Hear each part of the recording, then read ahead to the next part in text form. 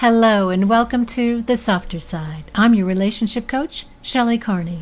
This evening we'll be talking about how to have a great date.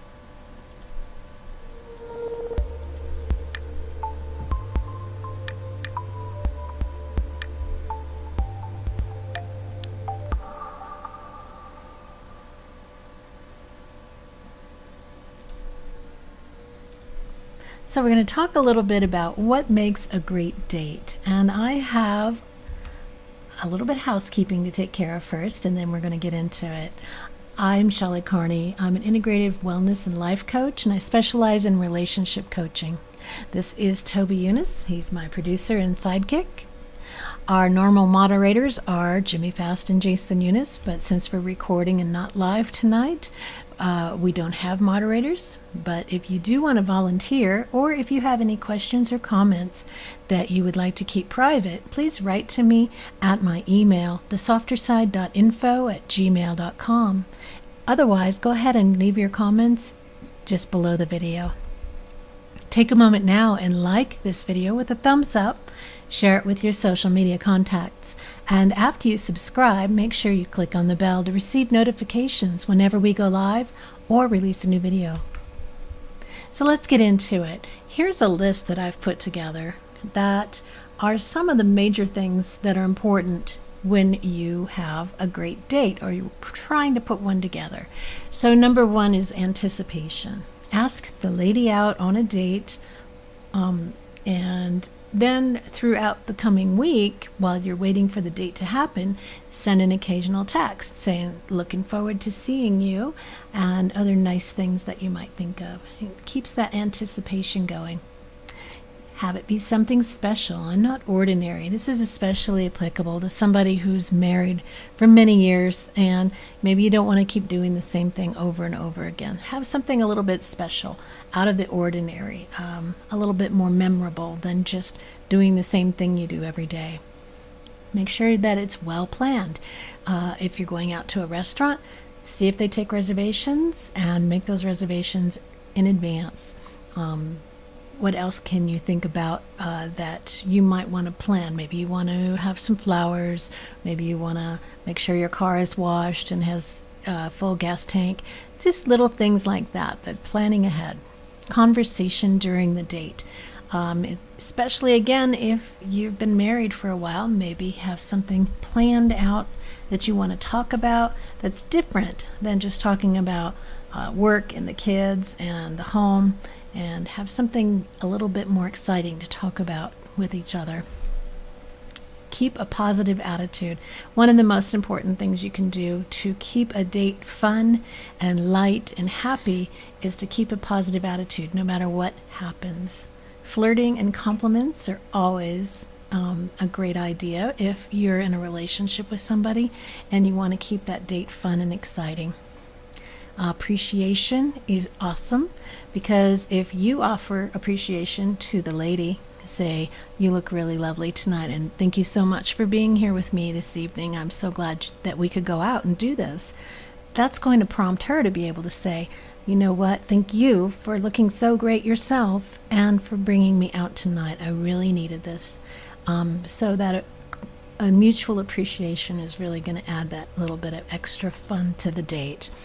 Give her a lot of attention. Make sure you've put your cell phone away, not watching who else is in the room, but looking at the person that you're with and giving that person all of your attention. Ask a man who knows. So we're going to talk to Toby in just a moment, and he's going to give us some idea of some of the traditional dating courtesies which never go out of style and how those will work in your favor. And that'll be our next one. So let's go to full screen and we'll have our conversation. Okay. So Toby, you've been dating for many, many years. First as a teenager, then as a young man, then as a married man, then as a divorced man. And you've had lots of different situations, not only in America, but outside of America with foreign people. So there's other customs and And so you've had a world of experience in dating. So, what can you tell us about the list that I provided and throughout your experience? How does that fit? And what else, whether information and experience can you tell us about with dating?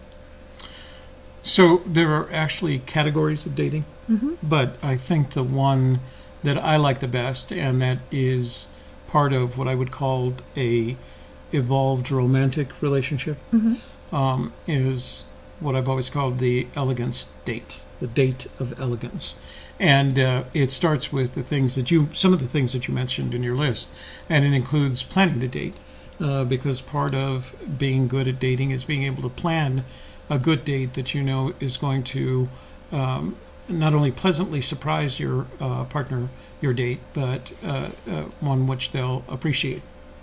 And so planning, being a good planner, is a respectable characteristic for a gentleman, right? Being able to put together a date like this.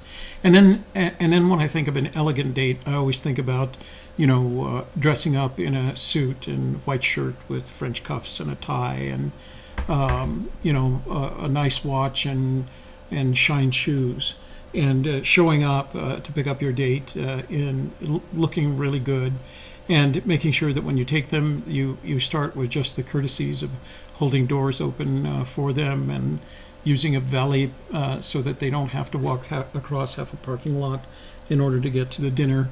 And then it always helps to take them to a nice restaurant at which you've made reservations. And in some cases, I have a couple of restaurants here in Albuquerque where I have tables that I can reserve. And I know the view from that table is nice, or it's secluded, or whatever I want. And it's also nice when you can go to a restaurant where the waitstaff knows you, and knows you not only because you're polite and respectful of the service that they provide, but that you're a good tipper as well. That always helps. And then it helps to know the meals that can be served. One of my favorite things to do is for a new date to ask them what they like, because a lot of times a woman will look at a new menu and be uncertain of what to get, or she'll see a couple of things. And one of the things I like doing is ordering so that I know that she gets what she wants, and maybe I get the dish that she also wanted. And that way I can share the dish with her. Then throughout the night, I think one of the important things of a date on the gentleman's part is to remain respectful and polite, not only of your date, but everyone. I think dates can appreciate it when you're not yelling at the waitstaff. And even if there is a problem, it is handled in a respectful way. And then keep the conversation focused on her. And you do that by asking open-ended questions and allowing her the time to answer, and then using follow-up questions. And occasionally you'll get a question in return because she knows that she's been talking too much. And you can answer it, but you can answer it short enough so that you can get on to the next question. I think the key thing is to make it all about her, because that's what your responsibility is in the date. If it's what do they call those dates where the woman takes charge? You mean the Sadie Hawkins date? It's a Sadie Hawkins date where they say, I'm taking you out to dinner. That's rare. But if you're responsible for the date, then you're responsible for the date. You're responsible for the quality and the respectfulness, the mutual respect for each other, and enjoying it and having it be memorable. And the end of the night is just as important. If you're not in the kind of relationship where you're sharing a house or a home, then you have to be prepared to drop her off with a warm hug and not have any other expectations. Leave it up to her to make those kinds of decisions. But I think the word that describes it the easiest for me is elegance. It has to be an elegant night, even if you're not driving a Rolls Royce. It has to be, if it's a Nissan Frontier, it should be at least a clean Nissan Frontier. So that's how I think of it. And then the last thing, I actually learned this from my father. My father didn't live long enough to give me dating advice, but I used to hear him tell other gentlemen that he was aware of. And one time somebody asked him, what not to do on a date. My dad said, don't yawn and don't look at your watch. Right, but both of which are indications that you're bored. I'm going to add a third one to that. Don't yawn, don't look at your watch, and leave your cell phone in the locked glove compartment of your car. Because there is nothing that will put a crimp on a date faster than someone who pays more attention to their cell phone than they do their date. Okay. Well, tell us a little bit about what that would be a good date for, like you said, if you were in a romantic relationship with somebody. What if you met? Or if you were married to that individual and you were waiting for that, night without the kids, date night, that you can have every once in a while. It should be just as memorable. And maybe make a point as you go on in life. It's later as you go on later in life in your relationships. It's harder to have conversations, and I think it's important that you have activities that are not dates, but that you can do together. Whether it's golfing or fishing or playing tennis, you should have these activities that you do together so that can be incorporated into the conversation, and you don't have a date that starts with how was your day and ends with and we need to get Billy into a new school because he's not happy, right? That's not a date. That conversation you can have at home. So you've got to have some common interests, or at least interests that the other person, I never expect someone to be as fascinated with going out to the shooting range and doing target practice as I am, but part of the courtesy of that is taking an interest in it in the same way that I may not be as interested into feng shui, right? Designing the house with feng shui, but that doesn't mean I can't ask ask questions about it to learn more about it from them. So I'm sorry, I interrupted you. All right. Going to ask another question. I was going to ask, say you met somebody online, in either through an app or a service online, and you've gotten to know each other just a little bit, and you're going to have your first date. What would you recommend in that situation? So a couple of things. Number one, it wouldn't be the kind of date where I picked up the date. I'd likely meet them someplace that was comfortable for both of us, and I think I'd revert to a casual elegance, right, rather than a suit and tie. I might be more casually dressed, but still elegant, clean, shaven, hair, brushed back, showered, etc., etc. And I'd meet in a place that I would have known by that time was comfortable for them, even if it happened to be a coffee shop, right? Do you want to meet at Starbucks, or do you want to meet for a light lunch at, your choice? Where would you like to have this first date? And I would recommend that we go in separate vehicles, so that if either of you weren't particularly happy with the date, you could leave. And I think that's what a mature person does when they can say, you're a different, so different a political bent than I am. I don't think this is going to work out, right? But that kind of honesty is always good for an individual because they're probably feeling it too. So I would say maintain a casual elegance rather than a formal elegance. Lots of conversation. That means asking questions to find out more about the person. And sometimes just asking the questions will tell them more about you. And so I think that's important. The conversation is really important. And also it has to be stress-free, right? There isn't the stress of, I have to perform, or I have to make sure that she's happy this first time, or she has to make sure you're happy. Nice, casual conversation, kind of a point between both, if you live in Rio Rancho and I live in Albuquerque, let's meet at Cottonwood Mall or something like that, in the Cottonwood Mall area. And then each of you go in their own vehicles, and then you can make a decision about whether there's going to be a second date. And it still might be casual. There might be 3 or 4 casual dates before you get into the more formal and even romantic ones. So that gives you the opportunity to find out about an individual. Okay.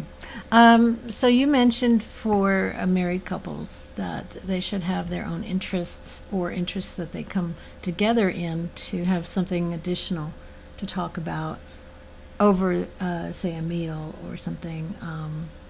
I know that with my husband and I, that's something that we sometimes struggle with, is having a topic of conversation that's not the kids, not the house, not something that's family related, something outside of ourselves, to talk about. Besides work, we struggle to find a topic like that. So what would you recommend? So the first thing is that as a relationship ages, eventually just having that elegant date on a regular basis isn't enough to keep the relationship what I'd call interactive, right? And so you have to develop, one of the nice things about dates is you can find out enough about the person that, let's say, as a child, they went hiking. Their favorite thing to do with their family was to go hiking, and that had never come up as a topic. Or one of the things I found out about my wife was that she and her family used to love road travel. And my idea of travel was you got in a plane, you rented a car, and you stayed in a hotel. And their idea was you drove and you popped up a camper, you know. And I had never heard that story. And so I changed that. I changed my perspective on it so that once a year we'd do my kind of travel, but once or twice a year we would do that kind of travel. And so now we had that in common. And then we could, as we had our other dates and looked for conversation, we could plan those kinds of trips rather than talking about the kids and work and things like that. So I think one of the important things that you have to do is recognize what may interest your partner and find out what you can do about building commonality. You know, you might find that your partner likes playing tennis and you never thought of playing tennis. Well, take some lessons. Or they you know, you spend a week or 4 hours a week playing golf with your friends instead of saying, do you want to take golf lessons and we can play together? So I think as the relationship develops, it becomes progressively more important not only to allow them the space to develop their own interests, but for you to develop common interests so that you do have a conversation. If you've ever heard two people, I had a couple of friends who were, he was an avid golfer, and they would come to the parties and he would talk about golf and she would talk about how much she hated golf and how much time it took it away from him, you know. That's how it was. And then he finally one day asked her, would you like to take golf lessons? I could use a refresher. They took a course together and they became avid golfers together. And instead of him going with his friends and her staying home and complaining to her friends, they started golfing together. They got to be healthier. Although golf, I'm not sure that golf necessarily is, but it gets you out in the sunshine and fresh air. And you're together and you're talking about your golf game. And when you go after that for cocktails or whatever, you can talk about how good you were or how good they were, et cetera, et cetera. So I think it's important as the relationship develops to look for those opportunities for common interests, even if it might be something that you never indicated any interest before, you know, and now you do have it, and now you have something more to talk about besides kids and work. So don't get boring. Well, it's hard not to. Yeah, it's hard not to, because it's easy to just talk about kids and work and just say, well, that's all there is. Well, you know as well as I do, eventually, although you may not be an empty nester, the kids are on their own. I mean, there's almost not enough to talk about with the kids. And you know what your husband does, and he knows what you do. So you better go look for, I'm not giving you advice here, I'm saying, if you're in that situation, what I would do is go look for an area of common interest, something that you can do together, whether it's hiking, fishing, treasure hunting, you know, whatever, so that you can have different things to talk about besides work, house, and kids. Because you don't have to do that. I wouldn't waste the date on what needs to be fixed at the house. Well, sometimes you need that calm, relaxed atmosphere just to be able to have the conversation. To have conversations like that. Yeah. So. All right. Well, I think that's covers the dating part of it. Anything else I would ask would be before or after. So I think we're ready to move on to our last slides. And here are my recommendations. Watch my videos, Her Romantic Hero, which talks a little bit about how to be a romantic hero to the lady in your life, and the man's job responsibilities during the date. And this is covering the sentient dating techniques, which are based on sentient sales techniques. So it's pretty interesting. And it'll also help you with your sales job. So take a look at that video as well. I have a transformation group coming up. It starts the first Friday in September, and it goes through the whole month of September. If you're interested in learning more about that transformation group and what it can do for you, take a look at my website at thesofterside.info, and that's also in the description box below. I'm also available for additional coaching as needed if that's something that you're looking for. I have a free ebook available. It's at the link listed there. It's also in the description box below. The Secret of Letting Go and Starting Fresh helps you with letting go of your past relationships and opening yourself up to a whole new kind of relationship with a clean slate. And once you've signed up for the ebook, you continue to get additional tips, tools, and techniques by email from the Softer Side. Next week, we will be live again on Thursday, August 30th at 7 o'clock p.m. I hope that you will join us. And if you have any questions or topics you would like to see discussed on the Softer Side, send those questions to thesofterside.info@gmail.com. Again, that's also in the description box below. Well, thank you all so much for being here this evening. And again, we'll be back live next week. Toby and I are both on vacation, having a wonderful time, and we're so glad that you're checking out our video this week. And for the Softer Side, I'm your relationship coach, Shelley Carney.